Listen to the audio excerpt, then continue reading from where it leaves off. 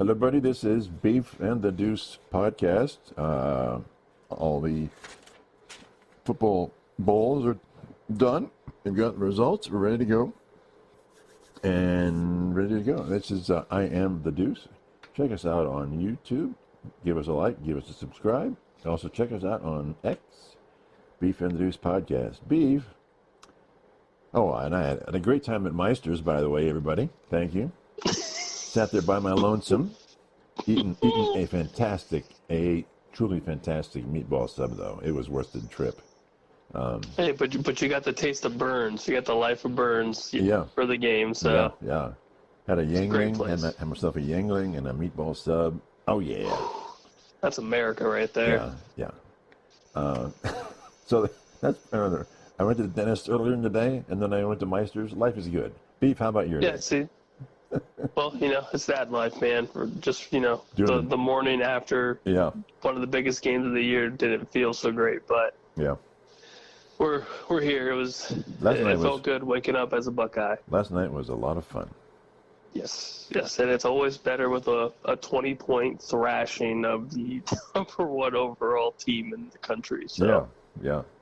Anyway, obviously we're going to talk about that. So, start us off. Oh, so my initial question to you would be, when I sent to you, was, it coincides with my comment about the whole playoff system, is, do you think that Ohio State profited by playing the consecutive game? In other words, playing the first game at home and then going right into the next game against Oregon, or was it that Oregon was a victim of the longer layoff?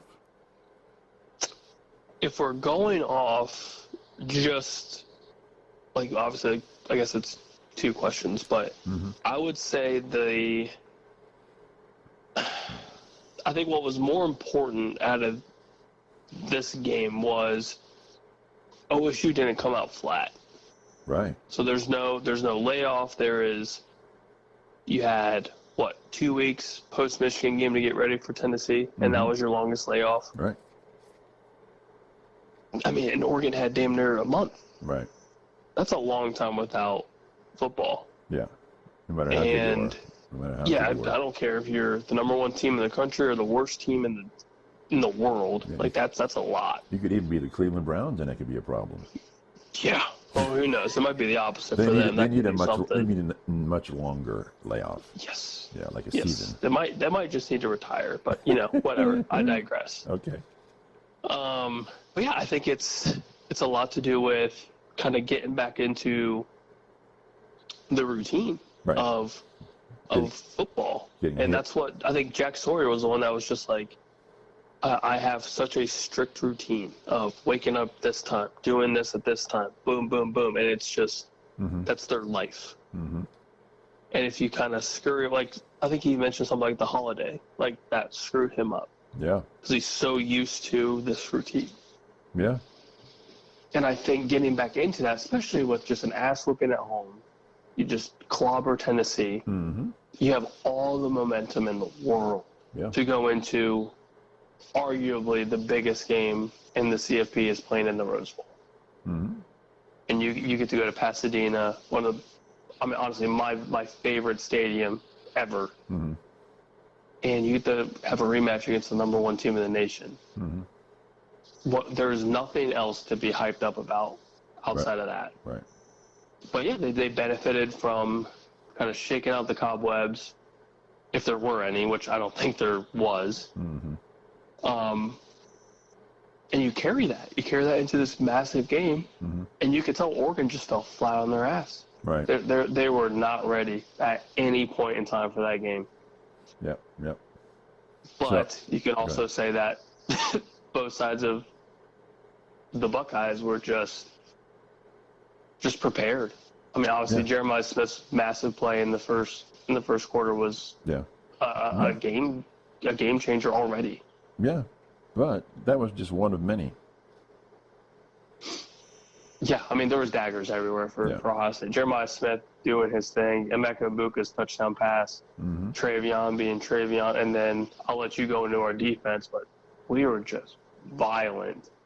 Yeah, I was last night after that. I went home as I texted you, I'm watching Colin Cowherd's instant reaction, and he's just like, with the other fellow he's talking with, they were saying the Ohio State defense was just violent, and just violent. He said, you don't really see violent defense much anymore, or violent play anymore, really violent play. And he thought that Ohio State just was a violent team, and they just basically shocked the crap out of Oregon with just the level of play and the level of aggressiveness, which of course I agree with. But here's my question, and I talked about it with you just a few moments ago, and I have this theory. You know, the Deuce has a theory. Deuce always has a theory. That here's the bottom line right now. All the conference championship winners are out. They're all lost. The only teams that are in won the first round game at home. All of them. They won their first round, and then they came in, and I was looking at Ohio State versus the Tennessee game, and I think where they beat Oregon in a similar fashion to the way they beat Tennessee. Mm-hmm. I'm thinking, okay, they carried that momentum into the Oregon game. Penn State, where they're playing SMU at home, and they beat them fairly handily, and they beat Boise in a style that was predictable, and Penn State's a better team. So they carried their momentum into the Boise game. I think that Notre Dame took care of business with Indiana, and ultimately, in a very unexciting, boring game, they beat Georgia, which Georgia was clearly not the Georgia of old. No, they had moments, but yeah, it was not. And Texas won. Texas won in a very shaky game, and you got to give Arizona State University all the credit in the world. They put their asses off. Yeah, they went way above their weight, and they just were basically. If you look at the stats, they beat Texas. Oh yeah, offense-wise, that was probably the best offensive performance that they've put all season. And if the referees aren't going to call a targeting when it was clearly targeting, then that game's completely different. Yeah, really. Anyway, completely different. So my take is that because people were saying, well, Oregon, had a disadvantage that they were playing at a neutral site and Ohio State first. And I go, okay, that's sort of bad. But everybody did it. Everybody that won their first round has carried on in similar fashion, and now they're all in the semifinal round. So is it I think the advantage is playing that first round game at home gives you the victory and the momentum to go into the next round and take care of business. So it didn't really matter that Oregon had a disadvantage. So did Boise, conference winner. Oregon, conference winner. Georgia, conference winner. And then who else was it? Arizona State. Arizona State, conference winner. They all lost. And I'm thinking, okay, I'm not sure exactly what it all means, but I think there's a pattern in here that we need to look at and say that it's good to play that first round. Am I out of my mind here? No, I mean, at least now we'll see if it changes. Yeah, well, after this year, obviously, but I am a firm believer, and those long layoffs are not good. Yeah. For anybody. And when you're going up against caliber talent like let's just say the CFP as a whole, 12 overall best teams in the nation to get in, it's anybody's game. But when you go up against a team like Ohio State and you haven't played a game in almost a month, that is a lot to ask of your offense, your defense, your special teams to just go out and be ready like you were during the regular season. Yep. Because at least in the regular season, you have 1 week buys, which is usually, obviously, like injury related, trying to get healthy, and that's okay. Like you can reset from 1 week, go back into your normal routine a week after, and you're fine. Typically, you're asking these guys. Most of these guys are still kids. Right. You're asking these kids to go on this long layoff. Now you're practicing and you're doing your media stuff the week of the game, and that's not the same. Kind of getting your mind right, but it's still not. It isn't the same. It's not in-game speed. It's not. Right. I mean, you can't relate it. Right. And so you go in as your first offensive series, and you've got Jack Sawyer and Cody Simon just breathing down your damn neck already. Yeah. You can't get yourself set up for that mentally and physically. You're getting destroyed. Yeah. Yeah.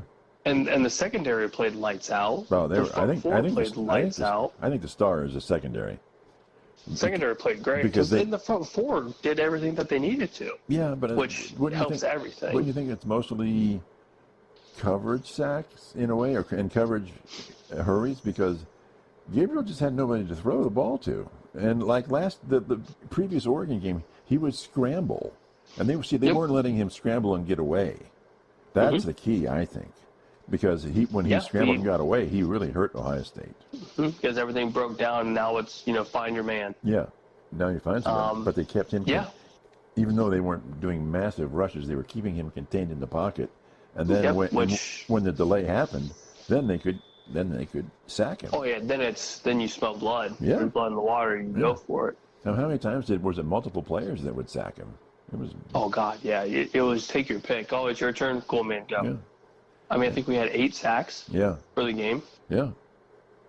Yeah. I mean, and none for Oregon. It was the most picture-perfect performance for our defense. None for Oregon, right?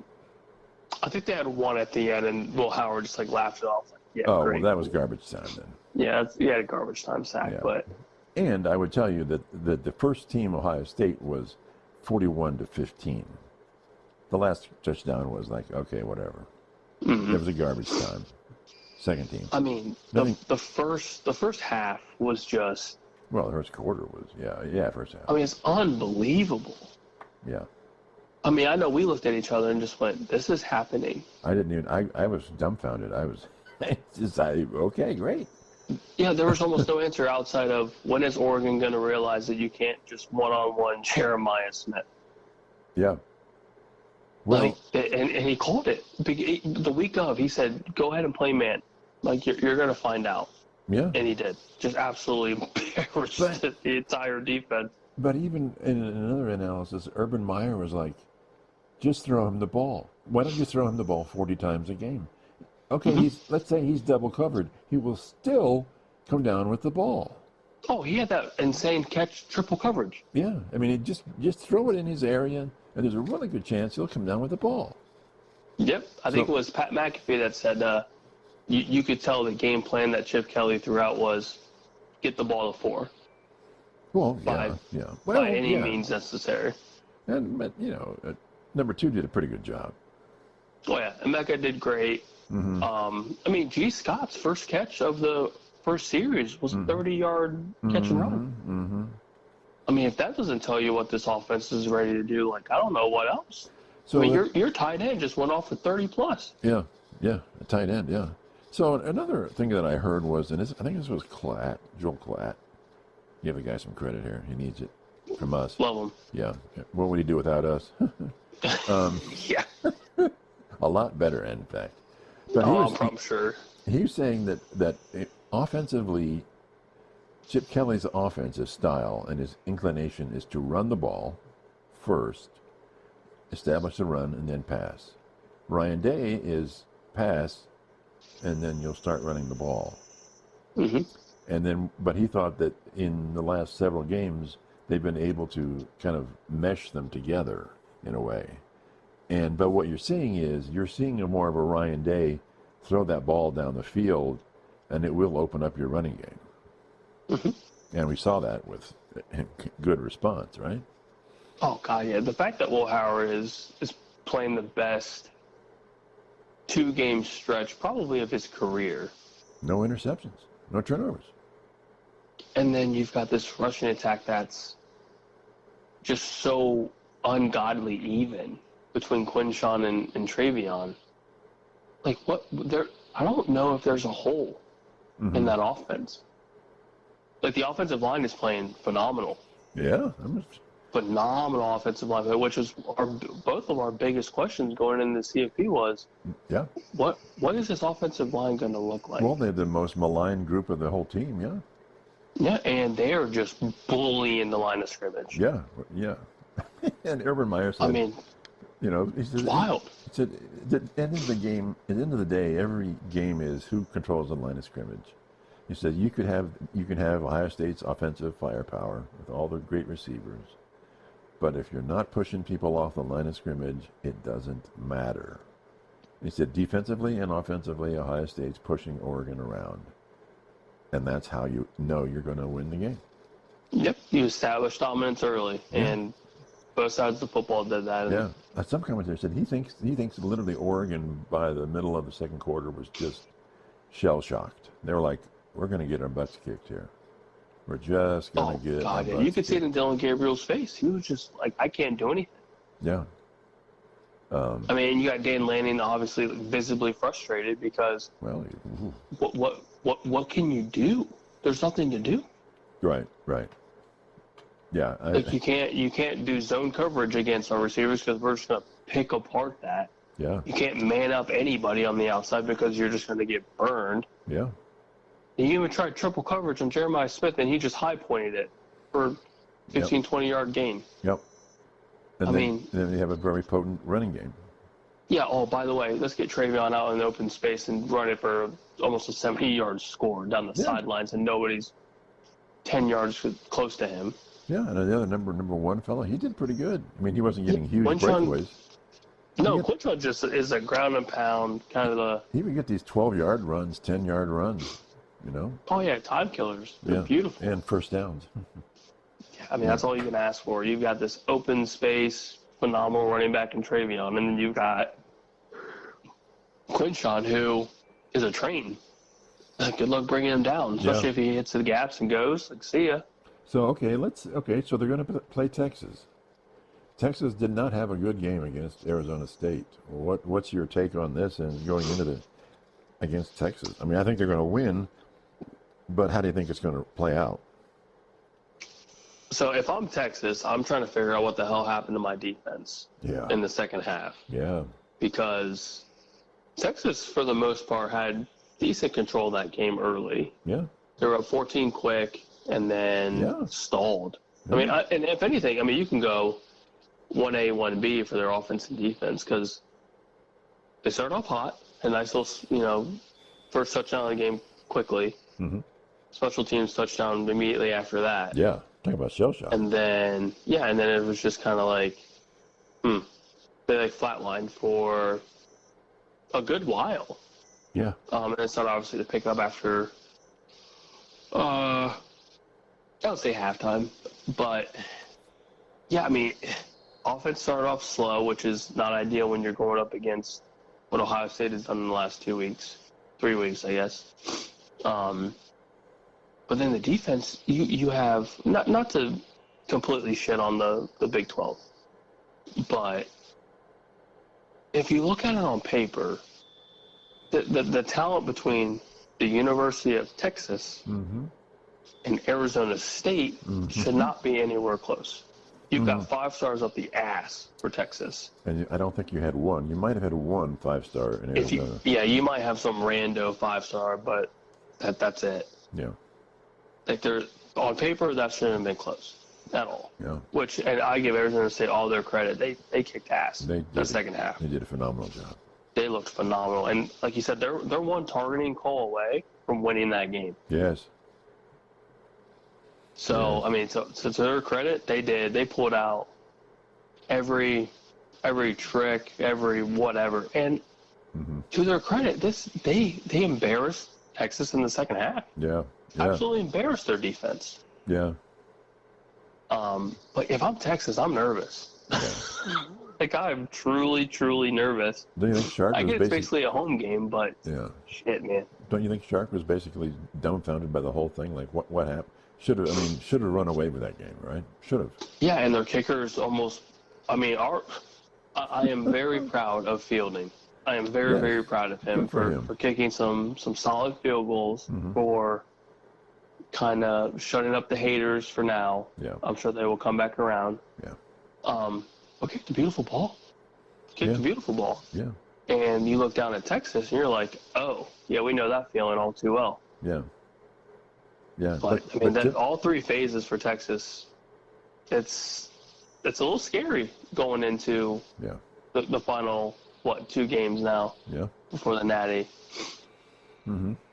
So obviously you're predicting an Ohio State victory by close? I think it's... I don't know. I think it's a similar... I think it might be a beatdown. Truly. Really? Well, I hope you're right. Texas starts off very slow, it seems like.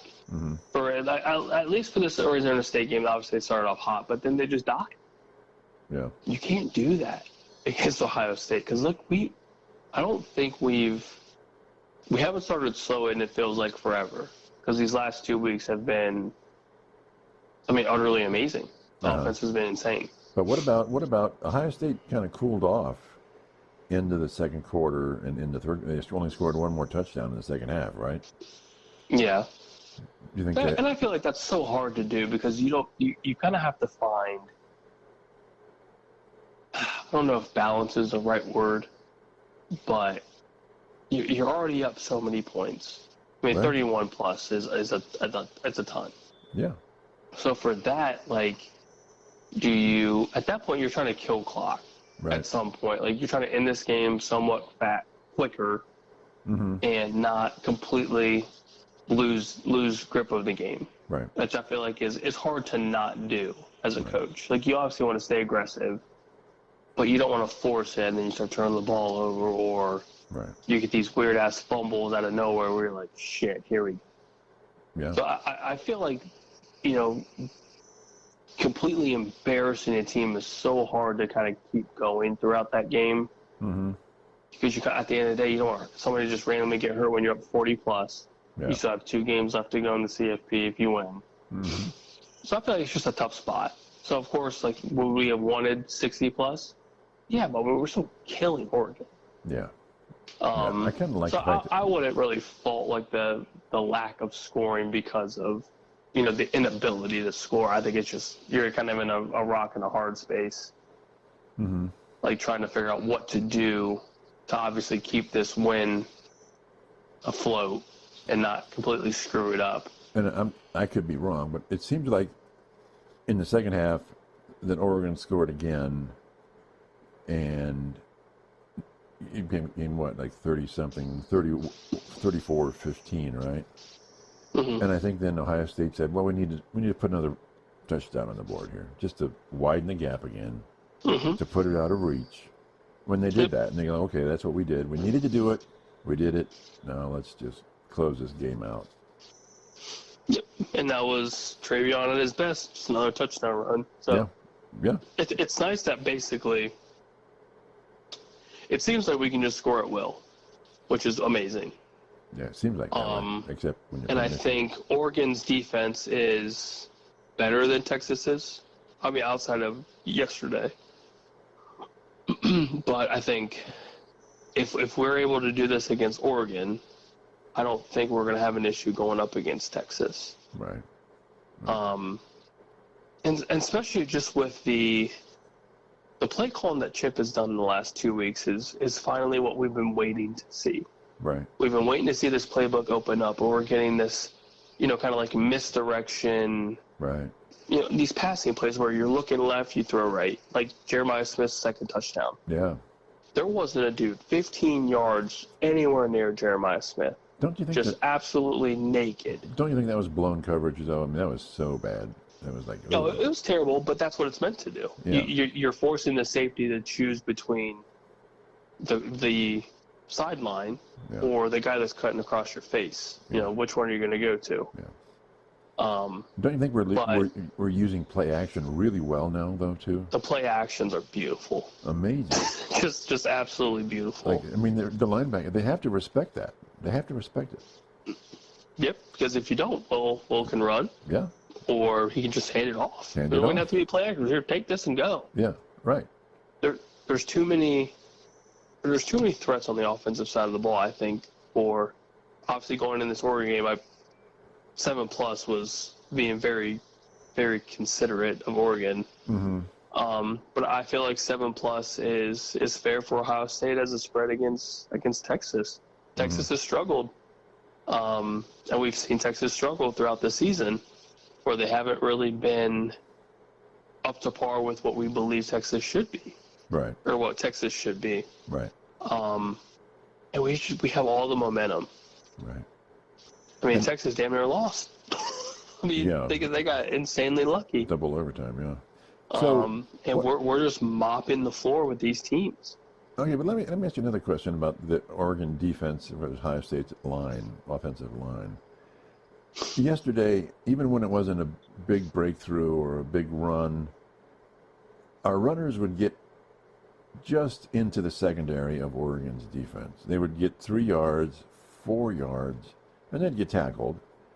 But I think Oregon was starting to say we've got to commit more to the run than normally, and that left the secondary more open to the single coverage. Mm-hmm. Because of the threat of the run, which I don't think we had much of it in the first game, was more potent. And they're like, we've got to put more assets toward the front in the box. Am I out of my mind here? No.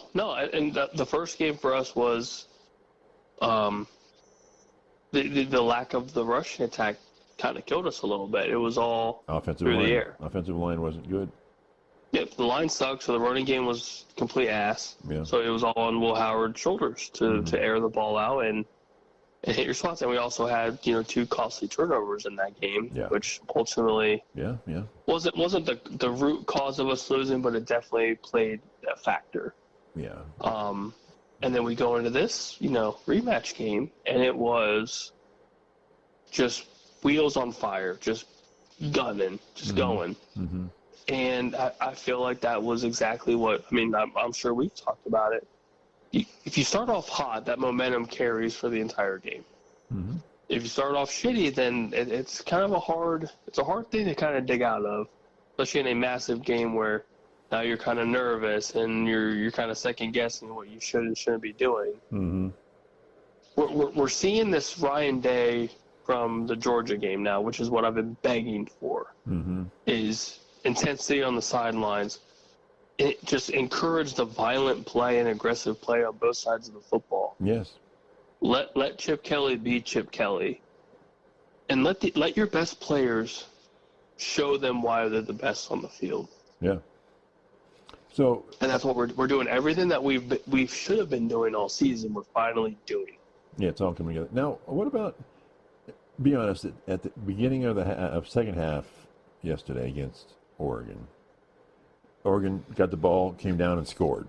Rather, it wasn't big plays, but they just drove down the field and they scored. Yeah, they're chipping away and driving down the field. I mean, it had to give you a bit of a pause of, is this the big comeback in the second half? But I was impressed more of the fact that they were just getting their asses handed to them in the first half. That they still came out and we're like, okay, we just need to score. We just need to put up points, and that's fine. And that shows the coaching of Dan Lanning, which is, guys, I know we're getting smoked. Yeah. There's no doubt about it. Like, you have to at least acknowledge the fact that you just got embarrassed in the first half. Yeah. But it's a 0-0 in the second half. You just put up points. But they have all you need to do is just put up points. And they have the firepower to come back. Mm-hmm. Yes, absolutely. And then our defense just told them, no, not really. Yeah. Enjoy this. This is it for now. So I think the star is our defense. I think it's. Our defense, obviously, the offense is going to get glory because that is. They score touchdowns. I mean, it's offense. Yeah, they get the highlight plays, they get the touchdowns, they get the glory, and that's fine. Mm-hmm. But the defense. Jack Sawyer's playing his ass off. Cody Simon absolutely dominated. Denzel Burke got his swagger back. Yeah. Because he got absolutely embarrassed in the first game, and damn well that's in the back of his head. Because you're human. There's no way it's not. Yeah. David Igmanosin played his ass off. Almost got caught a couple times with some PIs that we were obviously waiting for. Yeah. It was close. But I mean, I don't know if there was one hole in our defense that you can really dig in on. I mean, second half is where Oregon is just airing it out, trying to put up points quickly. So obviously the yardage there is going to rack up. Mm-hmm. And we're not going to play as, I shouldn't say as intense as the first half because we still were playing violent as hell.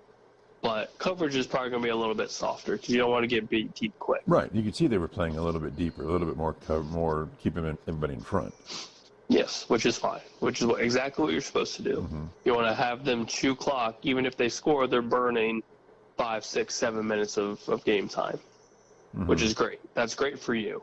But yeah, I mean, the open space tackles, keeping Dylan Gabriel just nervous the entire game. And boxed up. Oh, yeah. And just getting destroyed. Yeah. His body has to hurt today. Even when he wasn't sacked, he was hurried quite a bit. You just got to make him uncomfortable, and that's what everyone said was if you make him uncomfortable, good things happen. And that is 8+ sacks and however many hurries. And then the other thing that I thought was obviously beneficial was even if there was a completion, even if there was kind of a run through the first initial level, you're getting smacked right away. Yeah. Brutal. Like there's no yards after catch. Yeah. No kind of scramble and go for, over 10+ yards or whatever. Like if it's a short catch, you're getting popped right there. The second you catch it, boom. It was amazing. Like truly just amazing. There was none of these big plays or none of this missed tackled crap that we've been so used to by this defense. It was just everything was violent. It was just a very violent defensive performance, which is what you need to have. So I'm drawing a blank here on the name. Who's our linebacker that was a safety and they moved him to the linebacker? Sonny Styles? Styles, yeah. And people are saying he's the best defender in college football. And I was listening to, I think it was Cowherd. He said he was talking to some pro GMs that he knows, has a personal relationship with, and they're saying Sonny Styles, if you take out any star quarterbacks in the draft, Sonny Styles should be the first pick in the draft, NFL draft. He's the best player in football, college football, and he is the best player, defensive player available. It said, if you take out this whatever star quarterback you might think, he's the man. He's the one. And they were saying to him, to Conrad about Ohio State, they have the best receiver, they have the best physical athlete on offense with Smith, and they have the best physical athlete on defense with Styles. This team should be the national championship. They should just be the national champions. Oh, yeah, and you can pick and choose who you want as the best player in the defense. You've got Caleb Downs, you've got Sonny Styles, you've got the entire defensive line, you've got Cody Simon. I mean, secondary is still solid. I mean, Denzel Burke's still solid. David Igbenogson is still solid. Okay. Lathan Ransom was just on a mission to just put the hurt on everybody. Yeah. I mean, you pick and choose. I mean, any of those guys can be the best player in the nation. Yeah. That's how good everybody is. Yeah. And obviously, you go on the offensive side. Jeremiah Smith might go down as one of the best receivers ever. Yeah. And that's what McAfee was saying today. He was just like, this dude could literally be the best receiver OSU has ever had. Yeah. And you're saying that, and this kid's 19. Yeah, just turned 19, right? It's crazy. In an interview with Urban Meyer, they were talking about the game, of course, and he said, the thing to remember about Ohio State is everybody on their first team defense will be playing in the National Football League when they go into the draft. They will absolutely be playing Sundays. It's not that they'll make the team. These will all be playing, and some will be stars in their first year. They're all that good. So, and this team's nuts. And if anybody knows the NFL, it's Urban Meyer. Yes, these guys are dudes. Yeah. We've got a lot of dudes on both sides of the ball. Yeah. All three levels, you've got dudes. So, Penn State, Notre Dame, go Fighting Irish. Go Irish. Go Irish. But I'm not convinced that they'll beat Penn State. This is an interesting game. What do you take? Now I know you're going Irish on this. Yep, I had it from the get-go. I've got a Buckeyes, Irish, Natty going, so my bet is still holding strong. Okay. How are they going to beat Penn State? I think you need to make Drew Aller uncomfortable. He's playing well. He obviously benefits. He benefits well with time in the pocket and being able to roll to the outside and throw on the run. And he can throw it really well. And he's got a very good arm, and he's played a lot better this season compared to last year. And he's obviously he's grown. He's grown into his role as a leader of the offense, leader of the team. He's got an arm, and he's a big boy. Yes, and you got to see that arm against Boise, which to Boise's credit, that defense is not great. Boise's defense is not ideal. They played well at times, but that secondary was just getting torched. They're just not as good a team as Penn State. Yes, depth-wise, they don't have it. They don't have it. But credit to them, though. They had a good season. Yes, so I think I don't necessarily think the first two games for Penn State with SMU and Boise, I don't think they were really like a true test. And they're obviously going to be tested with Notre Dame, and I think the difference is I think Drew Aller's just going to get hit in the mouth quick with this Notre Dame defense, and obviously Notre Dame's defense being one of the best in the nation. I think the physicality is going to be very different from these first two games. I mean, you're getting hit by legitimate 4- and 5-star dudes on the other side, and you don't really have that. You didn't have that against SMU. Yeah. You didn't have that against Boise State. Yeah. But now you're getting back into this big boy land of these guys are dudes. Yeah. The only time they had two games this year where they had big boy guys, and it was Ohio State and Oregon, and they lost. And they lost, exactly. Yeah. And that's my next little section. No, you're good. It's perfect. We're thinking alike. This is good. Have a beer. Yeah, there you go. But I think that's going to be the difference is that James Franklin in big boy ball struggles. Mm-hmm. And this is going to be big boy ball. Notre Dame didn't look, terribly impressive today, and the game was boring. And obviously, we've gotten spoiled with the Texas game, against Arizona State, the Buckeye game, and obviously the high scoring from Penn State to, Both teams in the first quarter looked really mediocre. Yeah. But then again, you also expect that Georgia's got a relatively good defense. Yeah. Riley Leonard isn't the most offensive. He's not the biggest offensive guru, on the field. But they relied on him. They really relied on him to make the scrambles and the runs. They more than I thought. He ran the ball well. I think he had 80 something yards on the ground and maybe just under 100 passing in a score. Yeah. But they won the game. Can you rely on him again for the entire output of Notre Dame? That's going to be the big question. I have full faith in their defense to limit Drew Aller's special playmaking ability. Okay. And limit the big rushing attack of Penn State with their dual-headed monster in the backfield with Allen and Singleton. But the question for me is going to be, which Riley Leonard are you going to get?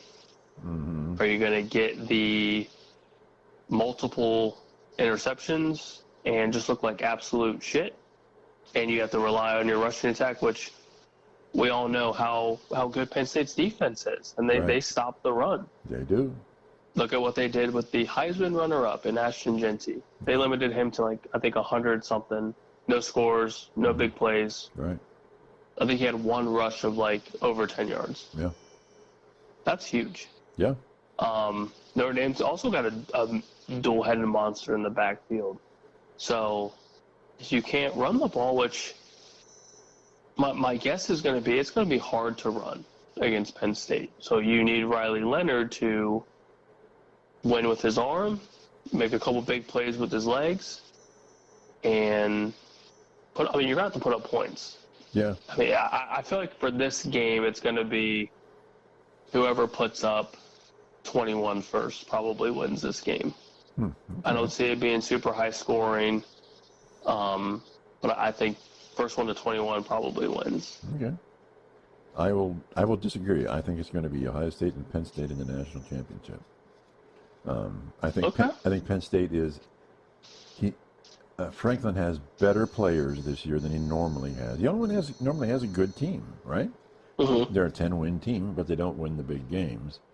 Mm-hmm. I think he has better teams. I mean, he played Ohio State closer, and he played Oregon closer. Still lost, and I think they'll carry some momentum of these two other wins, and I think they'll be enough to beat Notre Dame. Okay. You think close? Close game? I think it'll be very close. Yes, I think it's going to be one of those nail biters. But I think somewhere at the last possession, last 10 minutes, last 5 minutes, somehow Penn State will pull it out or stop Notre Dame. Okay. I think they. Do you think the X factor for Penn State is James Franklin, or do you think it's a player on the field? Oh, it's on the field. It's all on the field. Okay. He can screw up. Yeah, I mean, yeah, he could screw it up. But I think they're just a bit better than they have been, and admittedly, this particular CFP does them very well. You know, playing the team they played, and I just was not impressed with Notre Dame against Georgia. I mean, they won 23-10 or something like that, right? Mm-hmm. They had a kickoff return or a punt return for a touchdown, and I give them all the credit. But that to me, that wasn't even though it was 23-10, it's not a dominant win to me. And I just think there were so many. I don't know that they made mistakes, but they just were both teams were just so average to me. I just like this is an unimpressive game. And then penalties, my God, the first quarter anyway was just like so many penalties on both sides. Both sides. I mean, I've been they're calling the refs. Say, man, do you have to throw all these flags? I mean, it's just stopping this game here. Mm-hmm. But I get, it's a penalty. You got to call the flag, right? So I don't know. I think Penn State has enough this year to take Notre Dame and to go to the national final. Okay, that's fair. So, and I think if that happens, I think the national championship for the Buckeyes probably gets a little bit easier. I feel like OSU just has James Franklin's number. And so you would rather have Ohio State play Penn State than Notre Dame in the championship?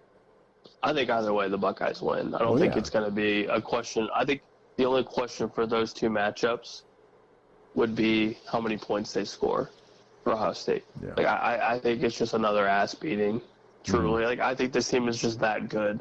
Yeah, and I think the X factor is going to be our defense. I think our defense will win this.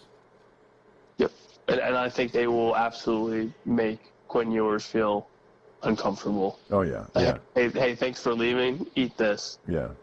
I think that gets aggressive fast. Yeah, real fast. A number of analysts have said, they don't have confidence with Ewers playing Ohio State. Not a chance. Nope. No, I think I think our defense is going to benefit from making him feel very, very uncomfortable. He throws the soft. Because I don't think Quinn's been. I think he plays very soft. I think he's a very soft quarterback and struggles under pressure. Yeah. And I think this defense is probably one of the best defenses we've had in a very long time. Yeah. I mean, I think they played really well against Michigan, and then they've carried that on in these last games. Yep. I mean, that fire has been lit, and this team has bought in. The loss to Michigan was probably the best thing that's ever happened to this program. As shitty as that is to say, because we always want to beat the blue. Yeah. I haven't seen a team this motivated, this aggressive, and this violent. Yeah. The violence is long time. Ohio State's not known for that. Oh, by the way, I'm giving credit to the Michigan Wolverines beating Alabama. Very you called it. They got it. They won it, and it's good for their program. Big Ten's looking great in the bowl games. Oh, yeah. Looking real good. Yeah. Illinois I handled think we're, South Carolina. 4-1, 5-1 against the SEC? Yeah. Yeah. Yeah. And Suck it. Suck it, SEC. Then we'll beat them again this next game, right?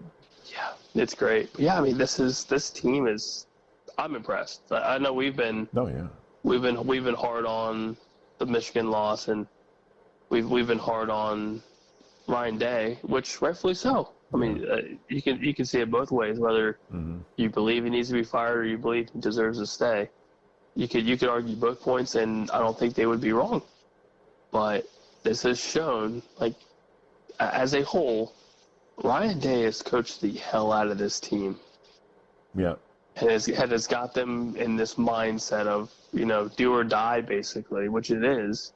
And it is you against the world, and they have just bought in. Will Howard, as a captain, has done what he needs to do. Yeah. And Jack Sawyer and everybody else on that defensive side of the ball has just been on a rampage. Yeah. Absolute tear. Yeah. It's been fun. It's been fun to watch. Don't you think this year or this last 3 games has been a turning point for Day as a head coach? Oh, 100%. 100%. I think he was lacking some confidence, going into the Michigan game, leaving that Michigan game with another loss. Right. You can't tell me that the confidence that he may have had was gone. And it makes sense as to why it would be. But I think he knew why the game was lost. I don't think he was under any illusion as to how or why they lost that game. Yep, and I think he had a come to Jesus moment, if you will, of like, I need to figure something out or I am gone. Yeah. And I think that was the best thing for him. Yeah. Yep. Was to lose against a Michigan team that he had no business losing to. Right. And being utterly embarrassed, under the spotlight in the biggest game of the year. Yeah. But Michigan's got something going on because they just embarrassed Alabama as well. Oh yeah, and I think Moore's got something going on. He's got something cooking in Ann Arbor. Give him some credit. But it's just funny because they're doing this again with just mediocre quarterback play and physical defense. I know their quarterback play was bad that game, and they still beat Jalen Milroe got embarrassed too. He got pounded. So it also comes to kind of show you too, like maybe Michigan's record wasn't as bad. Like maybe this team wasn't truly as bad as we thought they were. Well, not giving them any credit for obviously being. I mean, I feel like they were still a mediocre team, but they're similar to what Ohio State's kind of done. The last 2 games we picked it up. Last 2 games for them, they've kind of shown like what they can be. Yeah. But they still. That's good momentum for them for next year. Yeah. That's great momentum for them. But they really have to work on the quarterback situation. Come on now. Yeah, they've got some dudes coming in, so it's going to be. Yeah. Bryce Underwood's going to be a problem, and we're going to hear from him for the next couple of years. Yeah. So before we end it, let's talk a little bit pro football. Give me your take. Give me your thoughts. Give me your feelings. Detroit Lions, Minnesota Vikings. In the house that Ford built. I am a firm believer in Dan Campbell. I love that man. It's gonna be a game where it's last possession. I think both offenses are gonna show out, especially when it's primetime Sunday night. But it's hard to play Detroit at home. It is so hard to beat them at home. But who would be the best team to do it, though? If anybody's to beat them in Detroit, it's Minnesota. It's Minnesota, yeah. And I have said it all season. I'm truly impressed with your boy Sam Darnold. I'm impressed with Kevin O'Connell. Yes. That defense. I mean, this is wild. It is. Truly. It's really wild. Yeah. And now you've got the rumor mill stirring with teams looking into J.J. McCarthy because Sam Darnold's probably going to stay. And why the hell should he not? Right. I think it fits. Yeah, if you can keep both, that is perfect scenario. Yeah. But Sam Darnold, if he stays, boy's going to get paid. He's going to get paid handsomely. Well, but okay, but then JJ would have to get traded, right? That's the talk is that he would probably get traded. Why would they trade him?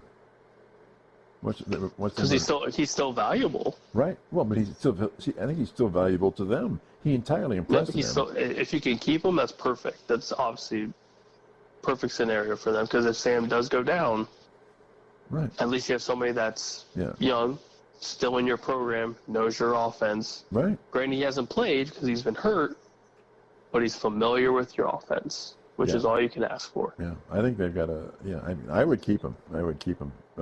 I think it's a great dilemma to have. Yeah, I'd like to have that problem. That's a great problem to have. Yeah. So I mean, and to Sam Darnold's credit, I mean, your talking point, your argument is your record. You are going into Detroit as a at minimum 14-win team.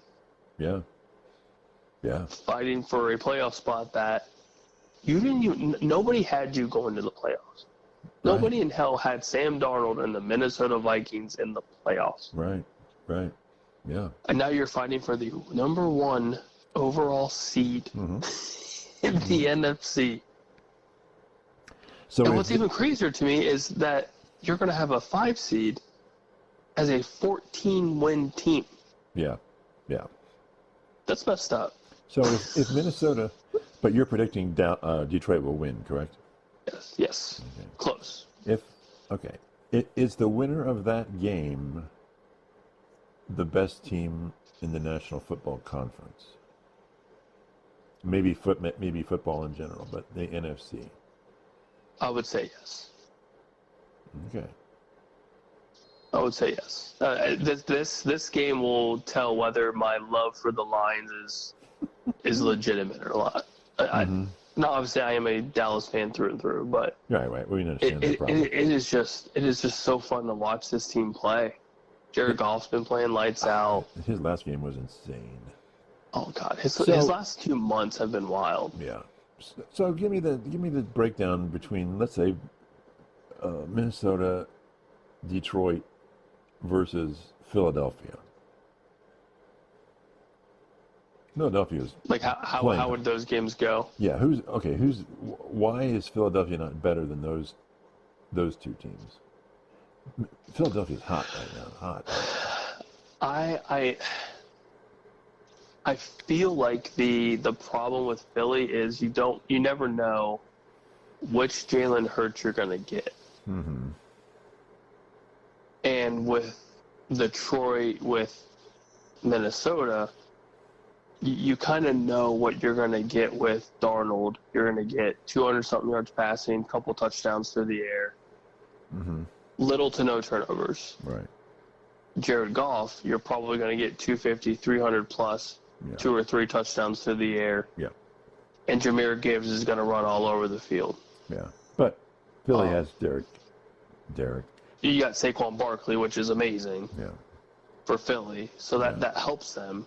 But a lot. Yes, but you also need to. It's hard to obviously. You remember Saquon for being Saquon. He can take over a game easily. Right. But if Philly plays Detroit, for example, Philly's going to put up points because Detroit's going to put up points in a hurry. Right.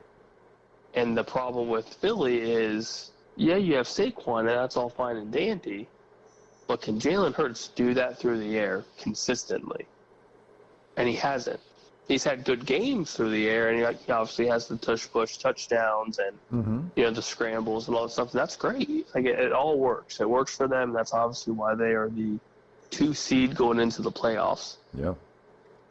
But if you want to keep up with, and you could argue this with the Vikings too, like these guys put up points so damn fast. Yeah, I know. Can Jalen keep that up? Yeah. Or can their defense limit that? Because they've had good games where the defense has looked okay. Yeah. But they're not going up and beating teams like the Lions offense, like the Vikings offense. Right.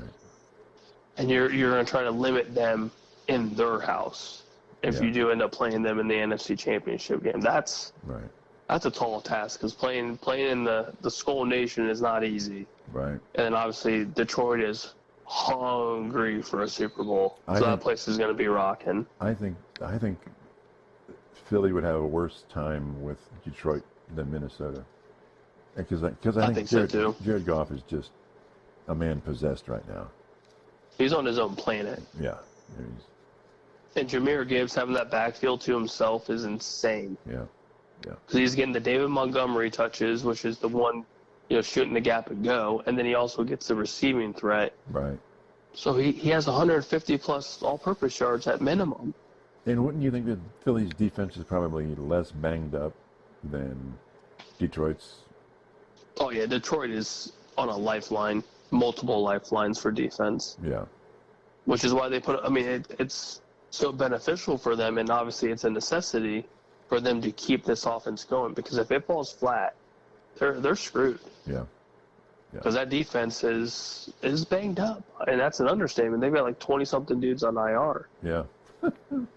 But these guys have bought in to the team and to Dan Campbell, and he's got this team on a whole other level of football.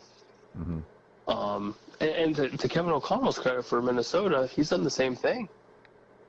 I mean, he's got this offense humming, and Brian Flores has got that defense playing very well. Yeah. So it is going to be who's the better coach, who has the better offense. Is it Dan Campbell and Jared Goff, or is it Kevin O'Connell and Sam Darnold? Who knows? Yeah. It's going to be a hell of a game. I know exactly where I'll be. So, who gets the 7th seed in the AFC? Denver? I think if Kansas City, which it sounds like they're sitting everybody, Denver benefits, Denver wins, Denver's in. Yeah, Denver. Yeah, if they win, they're in. Yeah. So it sucks too because I would love a hot Cincinnati to squeak in. Yeah, there's a number of experts are saying, the one team that nobody wants to play in the playoffs is Cincinnati. Well, they don't want to play Joe Burrow. They just don't want to play Joe Burrow. No, Joe Burrow will embarrass everybody, which is, I feel like everyone would say the same thing is. Yeah. Joe Burrow would absolutely embarrass your defense, he's been doing it all season. Yeah, even Kansas City doesn't want to play Joe Burrow. If Cincinnati, by some grace of God, sneaks in, don't put it past me to put them in the AFC Championship game, because I absolutely will. Absolutely will. Alrighty. On that note, I think that Denver by default gets in because of the benching, but I think they are playing. No, Denver's home. Yeah. So they still could shit the bed. Yeah. Very well could just shit the bed. Yeah, my guy Bo though, he's doing pretty well. Yeah, and Miami still has a chance to get in too. So it gets hairy very quick. Yeah.